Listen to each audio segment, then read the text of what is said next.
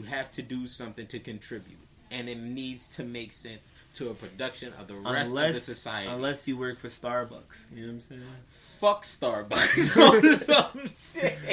Right, unless you work for Starbucks. You know what I'm saying? Then they should just pay you to just be, not even to come to work. Yeah. Like, especially if you black. You could just be like, I'm black and I work at Starbucks. They be like, you ain't got to come to the First of all, if you black and you work for Starbucks, you should instantly get a motherfucking raise on your shit. Because I don't know what the fuck that was. I'm gonna keep it 100 with you. I'm not even mad at Starbucks. Alright, well, let me get a little backstory. So, in Philadelphia, there was a Starbucks, and in the Starbucks, there were 2 black males, and then what happened was that the manager of the establishment sent the police on these 2 men for trespassing inside of a Starbucks. They said they were waiting for food. They were very calm. Even people inside the Starbucks came to their aid when their police came to arrest them, even though it didn't stop or anything. I had a lot of questions when I first did this because it seemed too odd, and I thought that for cops to come in and really cuff them, like, and especially they didn't do nothing. Yeah, I figured there was something else totally. It had to been, to me, it had to be more to the story than what was reported, because that it doesn't make sense. How can you be arrested for trespassing in a supermarket or a restaurant?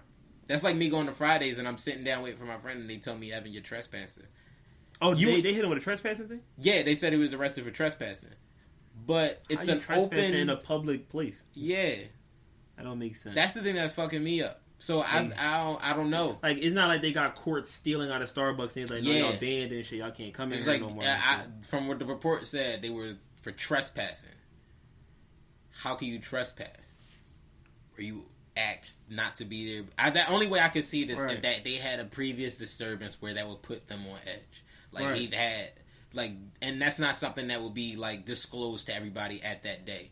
Like, and it's hard to and it's kind of effed up because it would only, from the way it is, yeah, you can say that the manager's racist, but on the other hand, if you look at it from a sensible view of why somebody would call trespassing on any customer, it would be like the customer was disruptive or some kind of thing.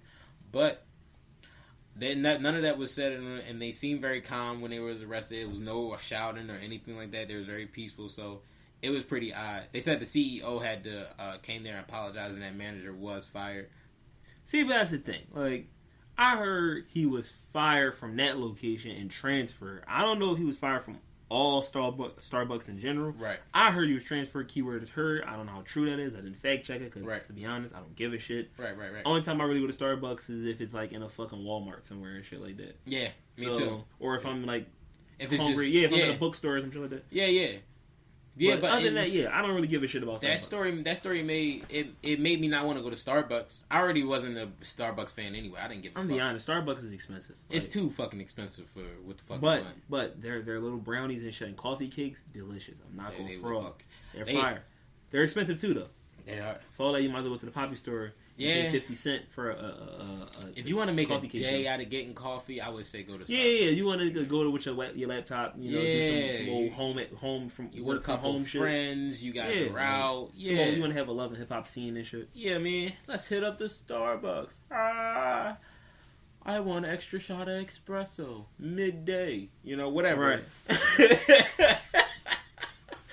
Yo, but other than every place serves coffee, so there's really no place you don't really need Starbucks. Yo, I know one thing for a fact. This is a black-owned business in Germantown Avenue and motherfucking Philly. I'm going there, and the oddest part, I think is a relative of mine. I think a relative of mine actually opened it up. But I spotted it when I was going down there with my grandmother. Wait, tell me, not the joint they were talking about this called like Uncle Something's or something like that? I think so. It's a bookstore. I forgot what it's called. It's Uncle Something's though. I want to say Uncle Benny, but I don't know if how true it is. I don't fucking know. I don't know. It's Uncle Something though, but it's in Philly. It's in Philly. I live all the way in Delaware County, and I'm going down there every fucking week to go there. So shout out to Uncle whoever your name is with the coffee and books on Germantown Ave. Coffee in the books. Coffee in the books, bro. I want to say Bernie. Maybe it was Bernie. Uncle Bernie. Uncle B. I was. Yeah, but it's a black. You ever seen it though? I've seen a photo someone took on Instagram and some shit like that. I've never been down there. A photo. I dig it though. I dig it.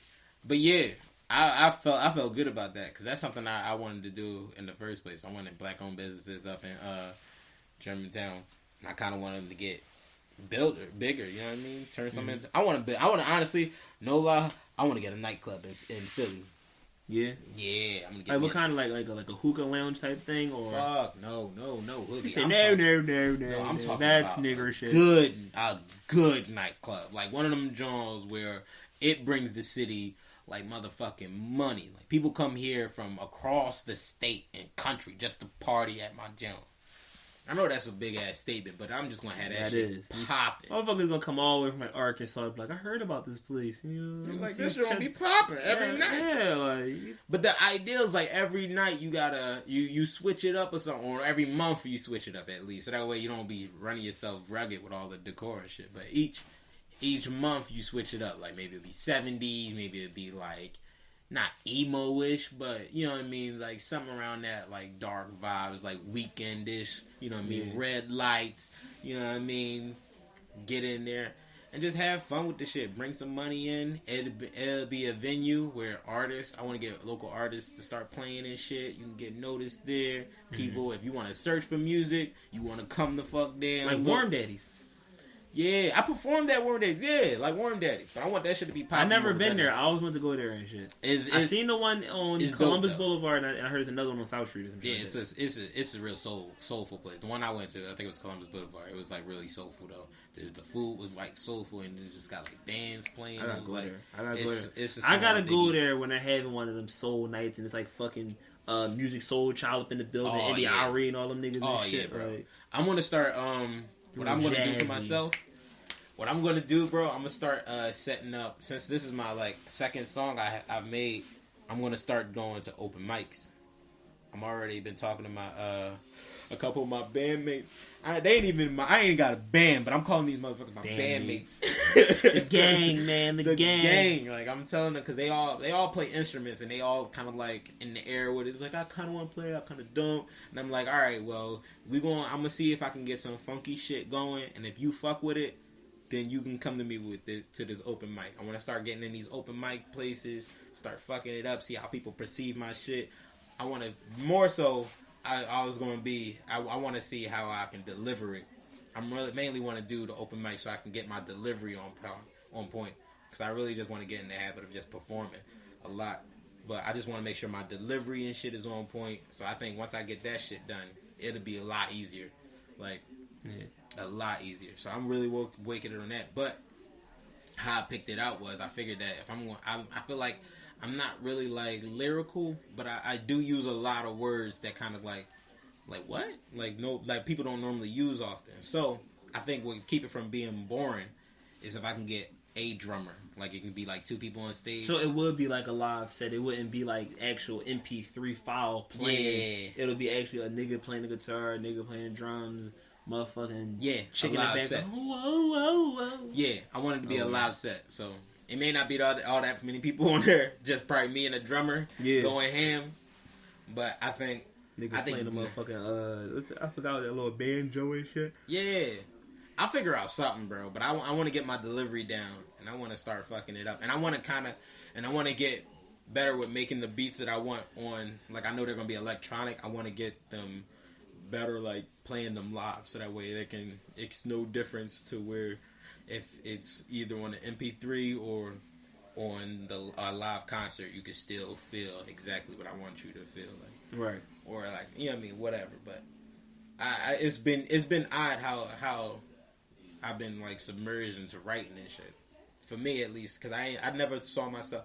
I always told myself to steer when I was a kid to steer away from like rapping and singing and artistry, because I felt like that was just like things people already did, and the world had enough of them. So I always look at myself as a scientist more so. But now it's just kind of like this is I want to have my only job now is I want to have shit that makes me happy to do. Like I don't even look at it as a motherfucking job. Like this is shit I do on a regular. Science and motherfucking music is the only two things that I get down with on a regular. So if I'm not a scientist, I'm gonna be scratching the motherfucking beats. I gotta do something. He's gonna be scratching on beats. I got to, because those are the only two things that keep me going. Like, Everything else is I don't give two fucks about. I don't give a fuck about. It's like you should. Nope. No fucks are given about that shit. Yeah, I mean, see, to be honest, I haven't been writing lately and shit. Like, I kind of been so focused with, like, just doing other shit. Like, I haven't really, like, I'll, like, listen to instrumentals. I probably, like, have my little moments where I'm, like, rapping to myself. Like, just, you know how, like, when you just somewhere, you just thinking of raps and shit like that. But I haven't written the actual, like, rap in so long and shit like that. Since I don't think I have. No. I'm lying. Last rap I wrote was for that Drake, "Nice for What" John. Oh, but I heard that. Post it on my Instagram and shit like that. I heard that. Yeah, so I wrote to it fast and shit. So I posted on Instagram. I don't mean to cut you off, but you did perform recently, right? Yeah, at what the fuck is that shit called? I forgot. El Patron, some shit like that. El Patron. I think I know where that is. Yeah, it's on 5th Street and shit. It's in Poppy. How the fuck was that, bro? Because it seemed like people was feeling it from the video. Yeah, I mean, it wasn't crowded in the building. It was just okay. It was people that was performing and like motherfuckers that was coming here to just drink and and smoke hookah and shit like that. So it was more so like a typical weekday crowd. You know what I'm saying? They came, so it wasn't. How'd you feel after? I know you did performances before, and you had your own tour, right? Not really like a tour. It's just I was doing something with like I guess like my manager, I guess you would say, or who was going like from like city to city performing at places and shit like that. But it wasn't mine. It was more like a group thing.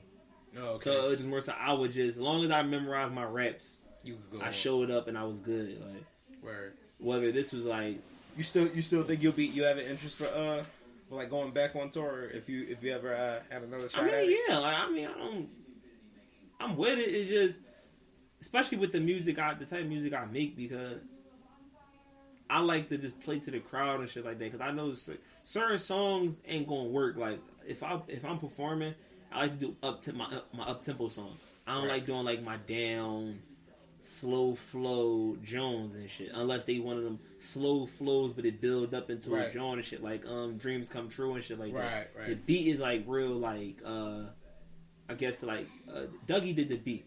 But he put that shit like on his like beat tape Jones and shit. I just downloaded it and just recorded over it and shit like that.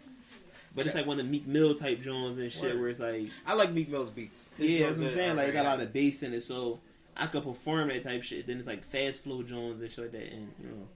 But when my whole thing is like I perform based off like people that I watch.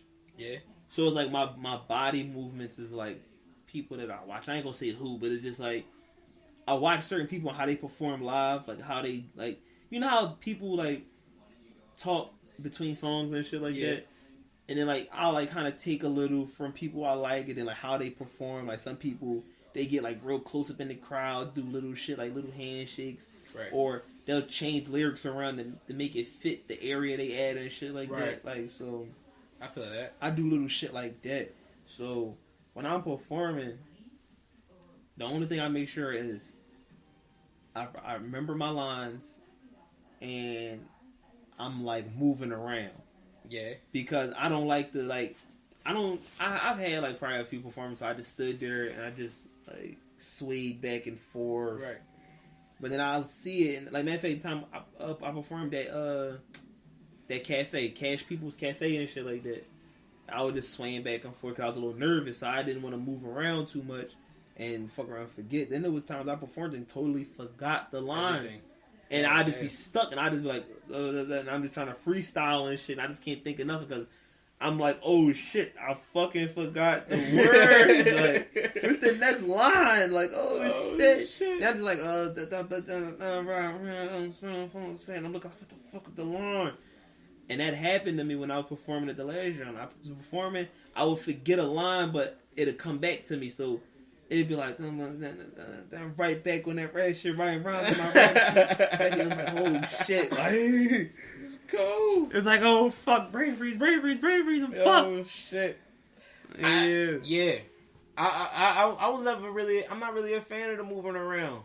Not from performances. The performances I really get behind, like the ones that really catch me are the people that got that mic stand. They get the mic, they put it in the center stage, and they kind of just like